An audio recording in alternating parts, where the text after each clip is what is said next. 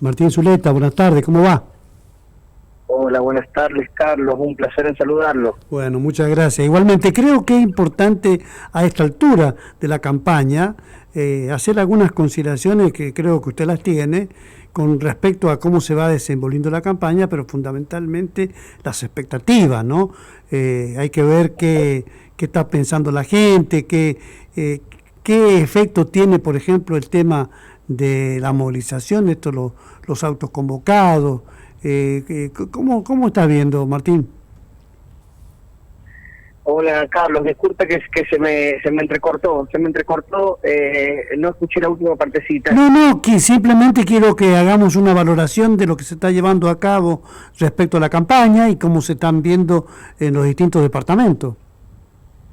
Carlos, perdón, es que justo con esto de los teléfonos.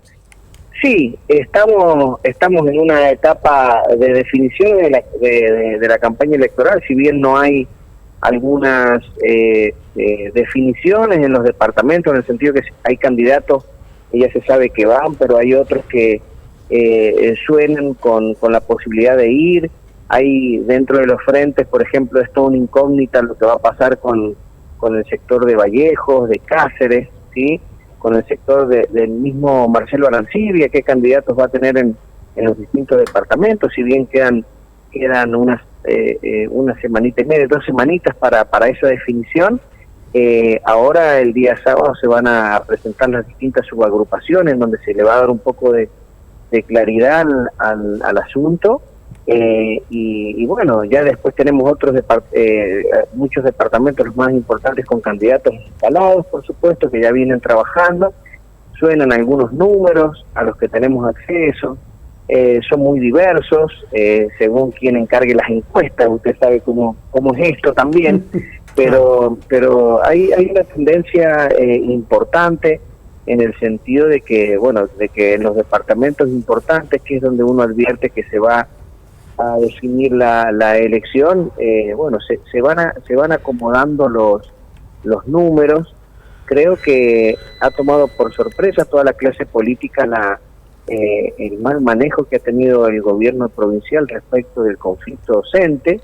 Es decir, hay una incertidumbre porque habían algunos números que se manejaban que planteaban un panorama bastante favorable para el oficialismo, no cómodo, pero favorable para el oficialismo, y hoy está en tela de juicio porque realmente el mal manejo de todo lo que tiene que ver con el conflicto docente, está poniendo a muchos analistas políticos en un stand-by y decir, hay que medir de nuevo, hay que medir cuando se resuelve este conflicto, a ver cómo ha quedado parado el oficialismo, en razón de que desde mi punto de vista ha sido un error, garrafal.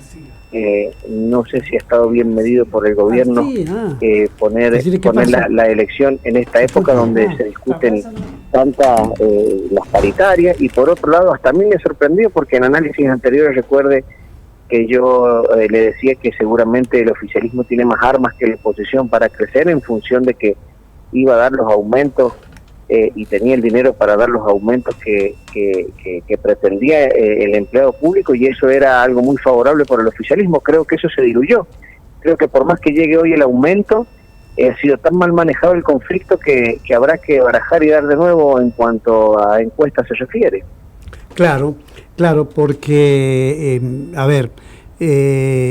primero porque yo ya le voy a pedir a que vaya buscando Tony, nuestro operador, los que le decía justamente el gobernador ahí en Iglesia, este diálogo que tuvo con gente que venía representando a los autoconvocados, en la que taxativamente el mandatario sanjuanino dijo que no había más margen, que no había más chance para generar un aumento.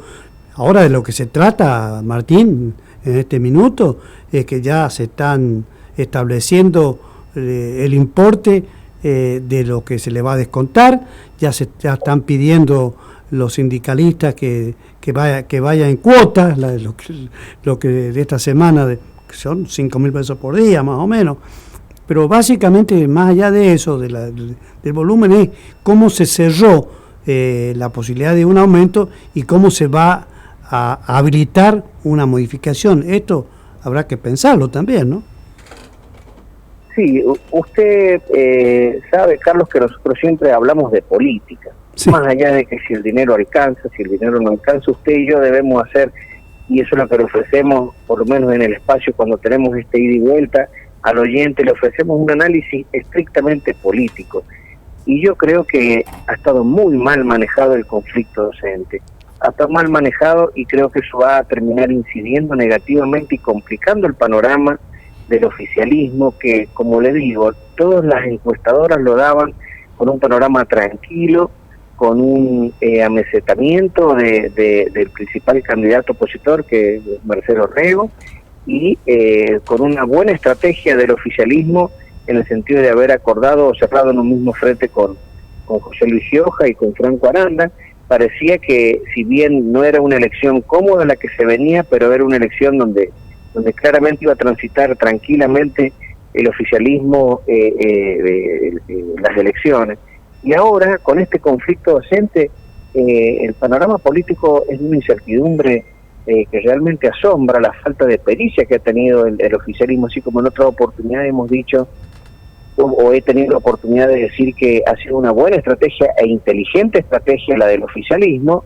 Bueno, ahora creo que toda la estrategia ha sido tirada a la basura, porque hay que barajar y dar de nuevo, en el sentido de que el conflicto docente ha demostrado la impericia del gobierno, primero para comunicar, segundo para sostener a un sindicato o a un sindicalismo docente que realmente ha perdido totalmente legitimación, que no representa el reclamo de los docentes.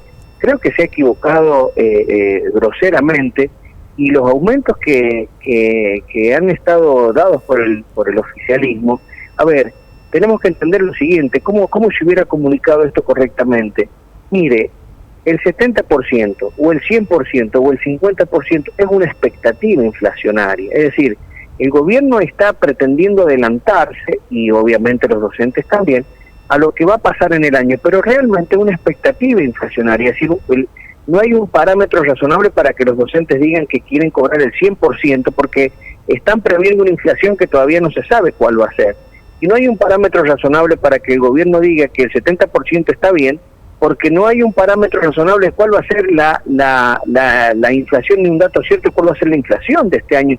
Y no depende tampoco de políticas provinciales el índice inflacionario. Entonces yo creo que una manera correcta de haber comunicado esto era decir, bueno, hay un 70% hasta el mes de octubre, y en el mes de diciembre, conforme a cuál sea la real inflación que hemos tenido durante el año, va a haber un reajuste o una cláusula gatillo o lo que fuere, o si la inflación es menor al 70%, y bueno, se tomará cuenta de futuras, se tomará cuenta de futuros aumentos. Es decir, se podría haber comunicado de tantas formas esto, Carlos, se podría haber hecho entender a la ciudadanía que en realidad el 70% o el 100% o el 90% realmente es una cifra caprichosa, en el sentido de que hoy no sabemos cuáles van a ser los niveles de inflación. Obviamente sabemos, por cómo se viene desarrollando todo, que la inflación va a llegar al 100% en el caso de que no pueda paliarse, que no se tomen medidas al respecto.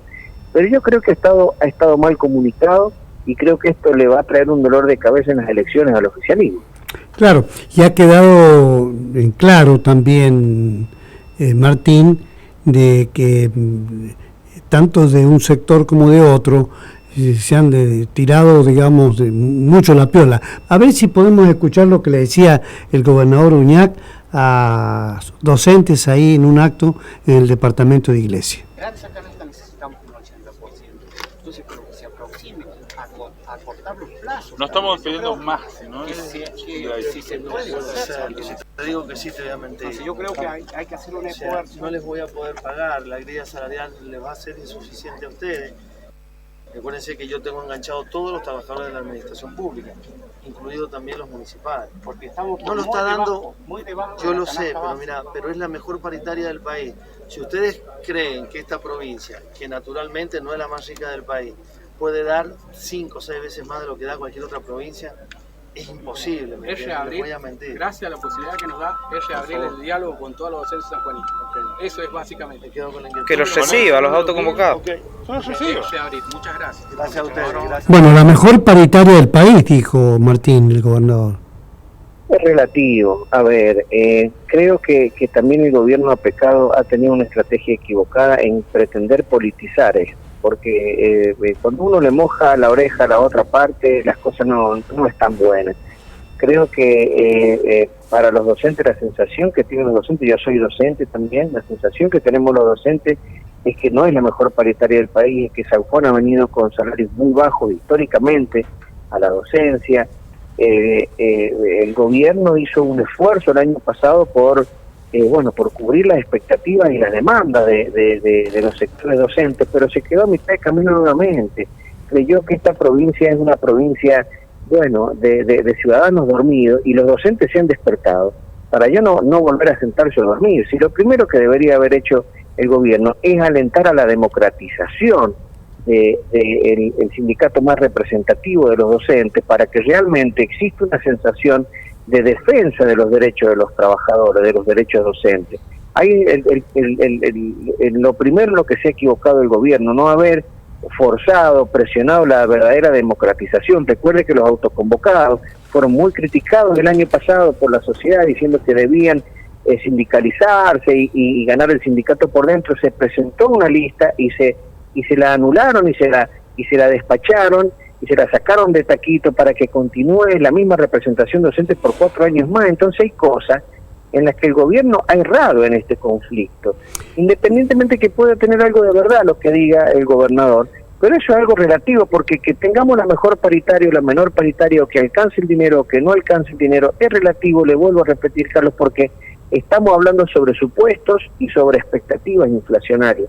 Y para el docente y para el argentino de pie, el 70% no va a ser nunca suficiente, porque las expectativas inflacionarias van a ser superiores al 100%. Entonces yo creo que forma... Y lo sabe todo el mundo eso. Mire, hubo también en la semana algo que rescatamos nosotros. También le voy a pedir al operador que nos dé una mano con López Murphy, que fue muy importante la entrevista, mejor dicho, lo que trascendió después que en el Congreso de la Nación le tocó hablar a López Murphy, y dijo varias cosas que son interesantes. Por ejemplo, dijo que el chiste de los jubilados, de 800.000 jubilados, es un chiste de 40.000 millones de dólares.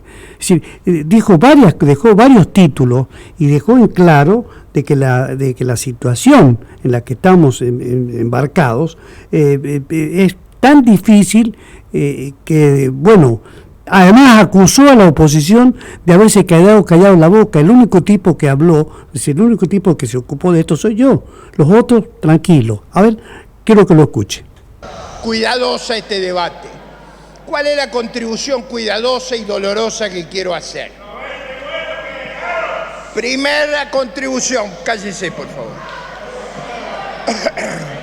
Primera contribución. No dialoguen, por favor, diputado, respeto al orador. Este sistema está mal diseñado. Diputado López Murphy, espérame un segundo. Yo les pido, por favor, respeto en serio por el orador.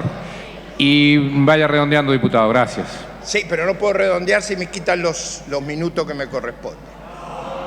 El diseño está mal. Acá se va a jubilar gente extranjera, muertos, se va a jubilar cualquiera con este sistema. Es una locura como está diseñado, pero no tengo tiempo de hablarlo. Sí tengo tiempo de decir que yo he hecho el cálculo actuarial, porque este problema no es un problema de un año, es un problema que va a durar 35 años. Nos cuesta 40.000 millones de dólares este chiste, una mega bomba. Una bomba que se arregla a la bomba que han creado en el Banco Central. A la bomba que han creado en el Banco Central. Hicieron el acuerdo con el fondo. Acá se dijo que no lo podía, que no era un acuerdo razonable. Pero una cosa que tenía ese acuerdo, un momento porque esto lo discutimos con cuidado, tenían que bajar la deuda del Banco Central y tenían que subir la reserva. Tenían que mejorar el patrimonio neto del Banco Central. Lo han requebrado y han dejado una herencia terrorífica si no se produce una catástrofe previa al próximo gobierno. Esto además, mire, no me van a asustar, y si acá se trata de tener voz, yo tengo más que ustedes. Vamos a una cosa precisa. Están mintiendo, no están arreglando nada, y nunca en la vida ha habido un organismo internacional que sea más indulgente y permisivo con ustedes. Han hecho contabilidad creativa. El plan soja lo registran como una ganancia y ha sido una pérdida escandalosa. Han escondido las deudas y han ocultado la gravedad de la situación. Redondee, diputado López Murphy, por favor. Ya termino. Por esta razón, yo voy a votar en contra, pero voy a votar en contra porque esto explica por qué se van los capitales y los jóvenes del país. Parche tras parche, incapacidad de resolver los problemas, incapacidad de darle futuro al país. Por eso necesita nuestro país urgente, y lo va a tener en agosto y en octubre, un cambio de gobierno. Muchas gracias. Gracias. Ahí está Martín.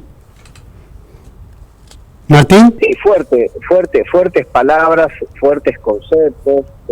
Uno no puede dejar de coincidir si tiene una mirada estrictamente financiera y estrictamente económica en este aspecto. Uno cuando analiza la política a veces se tiene que partir de una decisión primaria, que es si la política conduce a la economía o la economía conduce a la política. Acá en este país, lamentablemente, la política conduce a la economía y lo hace de mala manera, porque el país está devastado desde el punto de vista económico, y nadie puede dejar de reconocer esa situación. Ahora, yo lo vengo diciendo hace mucho tiempo y lo vuelvo a repetir acá, Carlos, para que el oyente lo ponga en valor. A ver, de lo que ha caído en la cuenta la clase política es que a la sociedad no le importa la salud de la economía del país. O sea, los actores económicos, ya lo he dicho en otras oportunidades, solamente miran a la inflación para exigir la actualización de sus ingresos. No les importa atacar las verdaderas causas. A nadie le importa la emisión monetaria,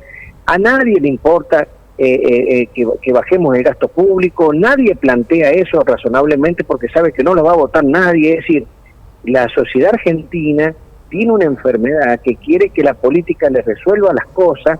La política solamente aplica ficciones y manotazos de ahogado desde lo económico. Coincido con López Murphy que no ha habido una gestión de gobierno que haya contado con el aval del Fondo Monetario como lo ha contado este gobierno de Alberto Fernández, y lo ha contado desde mi punto de vista porque hay un pacto previo de haber incorporado el aborto, de haber implementado el aborto en nuestro país, porque el aborto, ya lo hemos dicho en muchas otras oportunidades quienes nos opusimos férreamente, es simplemente una política social, es decir, la forma que tiene la comunidad internacional de controlar el gasto público en las sociedades tercermundistas y emergentes es precisamente con un control de natalidad. Ellos tienen la esperanza de bajar el gasto público cuando nazcan menos personas. Esa es la mentalidad perversa y dañina que ha aplicado la comunidad internacional en la Argentina, y que este respaldo que ha recibido esta nefasta administración de Alberto Fernández por parte de los organismos internacionales es un pago a esa otra medida que yo no me olvido y que yo quiero que los argentinos no nos olvidemos. Acá el aborto ingresó y se aprobó en nuestro país precisamente para que este gobierno obtenga este respaldo de la comunidad internacional. Pero independientemente de ello, cuando uno habla tiene que ser realista también, y si bien es cierto lo que dice López Murphy de parche tras parche y de incapacidad para resolver las cosas, también es cierto que lo incluye el gobierno de Macri, lo incluye a todos los gobiernos. También es cierto que hay muchísimos argentinos que quedaron afuera del sistema previsional porque no se combatió y nadie tiene el espíritu de combatir tampoco el empleo no registrado, el empleo en negro. Más del 50% de los argentinos trabajan sin estar registrados formalmente, y es obvio que cuando llegan a la edad de jubilarse no tienen los aportes, Carlos, pero nadie toma el toro por las astas con esas realidades, porque lamentablemente todos tienen discursos parciales y en el medio está la gente.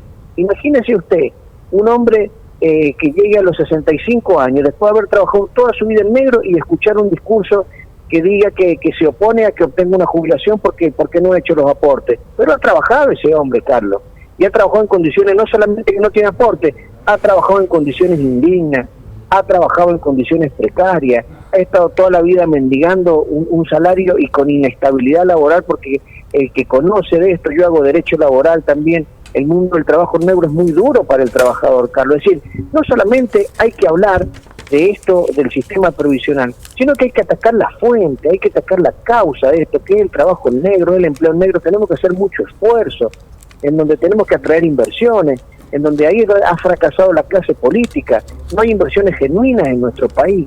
El empleo público es el empleo que todos los argentinos buscamos, y el que no logra tener un empleo público está pensando en irse del país.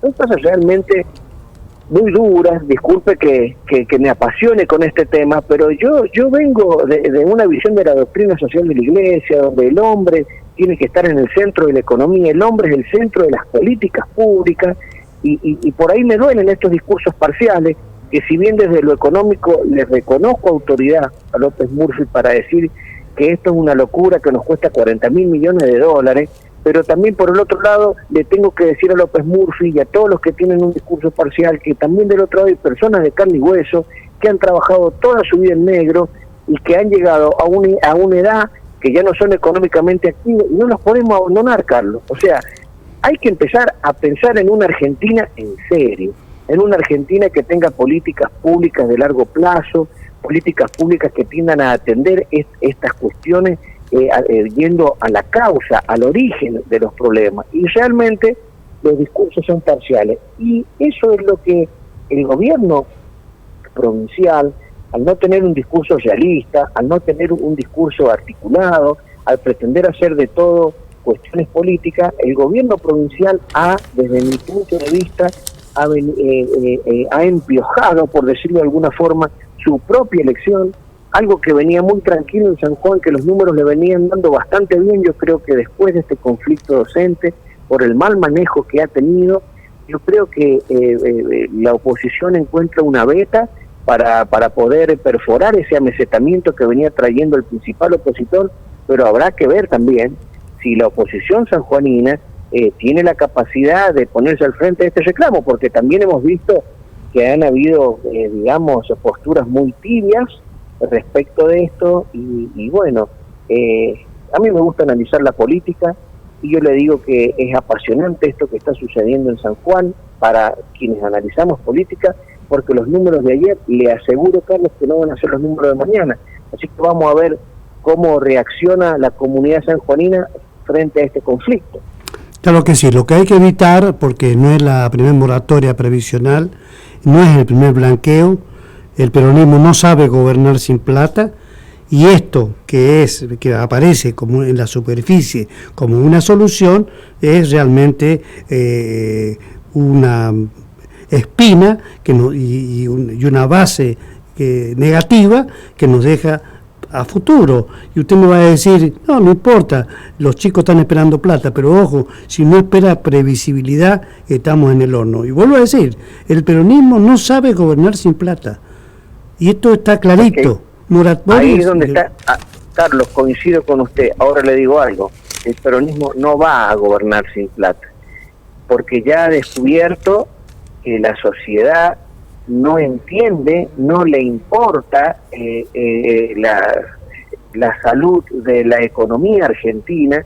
Le vuelvo a repetir que los actores económicos, tanto los públicos como los privados, como los empresarios, como los docentes, tráigame a cualquiera, como los jubilados, todos los actores económicos frente a la inflación se paran únicamente reclamando una actualización de sus ingresos superior a la inflación. O sea, no hay otra cosa en la cabeza de los actores económicos, y todos están contribuyendo a esta nefasta política económica del gobierno nacional, que lo único que hace es emitir y emitir. Habla de endeudamiento, pero los argentinos no entienden que la emisión monetaria es también un impuesto encubierto que nos empobrece y a nadie le está importando. Es decir, la discusión económica está manejada hoy por la política. Yo creo que la política le ha torcido el brazo a la sociedad le ha torcido el brazo a la economía, en el sentido de que hoy a nadie le interesa la salud del sistema económico argentino, a nadie habla de inversiones, nadie habla de empleos registrados. Llevamos más de 20 años, si uno se recorre las escuelas de nuestro país, los ministerios, los municipios, se va a encontrar con trabajo precarizado por donde usted mire. El principal precarizador laboral es el Estado, y nadie hace nada con estas cosas, y así nos encontramos con argentinos que llegan a edad de jubilarse sin haber hecho los aportes, porque por supuesto han estado toda su vida trabajando en condiciones indignas. Y esa Carlos, esa es la verdadera discusión, y esa es la verdadera solución que yo creo que necesitamos darle a la sociedad. Y hoy en día vemos discursos muy pobres, intereses muy chatos, que es básicamente, tengo la mejor paritaria del país, yo te reclamo más porcentaje, pero nadie habla de frenar la inflación. Y el fenómeno de la inflación, la problemática de la inflación en la Argentina va a ser muy difícil de solucionar, porque ya no hay ni siquiera una vocación de ningún actor económico de parar esta locura de la emisión monetaria, ¿sí? Todo lo solucionan haciendo funcionar la maquinita, y a la gente no le importa. A la gente lo único que espera es que a fin de año, si la inflación sube del 100%, que a mí me hayan aumentado el 110%. Es todo lo que esperan los actores económicos, y creo que eso también contribuye a esta bomba de tiempo, porque usted sabe muy bien, Carlos, que la inflación es una bomba de tiempo, y usted ya lo ha vivido. Y fíjese, a nivel nacional ya lo sabe, pero a nivel local también ya lo descubrió usted y todos nosotros. Hasta el juez Rago Gallo falló en contra de sacarle la guita a los ricos. Así que fíjese. Mire cuál es el escenario. Así que, bueno, le agradezco, doctor, estos minutos. O sea, la verdad que usted es un columnista de primera, así que muchas gracias. Yo le agradezco a usted, Carlos, y en esta oportunidad, primero gracias porque hace 2 años que usted viene confiando en mi criterio para ser columnista en su programa. Pero también yo quiero públicamente agradecerle a usted, porque es un hombre que jamás ha condicionado mi pensamiento, que coincidimos en muchos aspectos y que no coincidimos en otros, y realmente usted siempre está a la altura de las circunstancias. También es un periodista de lujo, así que yo creo que los oyentes de esta emisora tienen que sentirse muy cómodos con el profesionalismo que usted todos los días nos brinda en la radio, Carlos. Bueno, después vamos a charlar de las definiciones que tuvo hoy, la vamos a analizar con usted, Carlos Fernández, que es el candidato en Rawson de Juntos por el Cambio. Lo felicito, realmente lo escuché, pude escucharlo, tuve realmente, primero, es un libro abierto, y es un político que a veces los más jóvenes vamos perdiendo noción de las cosas, y realmente con una historia impresionante, y me encantó. Así que va a ser un gusto para mí que charlemos de las definiciones que ha dejado Carlos Fernández acá en su radio. Un abrazo, doctor. Saludos a todos. Ahí estaba con nosotros nuestro columnista Martín Zuleta, que con su experiencia, además, con su gran vocación por la política, ¿no? Esto hay que decirlo también, porque Martín Zuleta tiene un territorio en el cual milita, que es Chimba, pero él tiene una visión amplia y sus conceptos generosos en términos de poder analizar para que esta sociedad, esta gente que nos escucha, tenga distintos puntos de vista, aunque lo tenga, pero que saque, esto es bien visto, sus propias conclusiones, ¿no?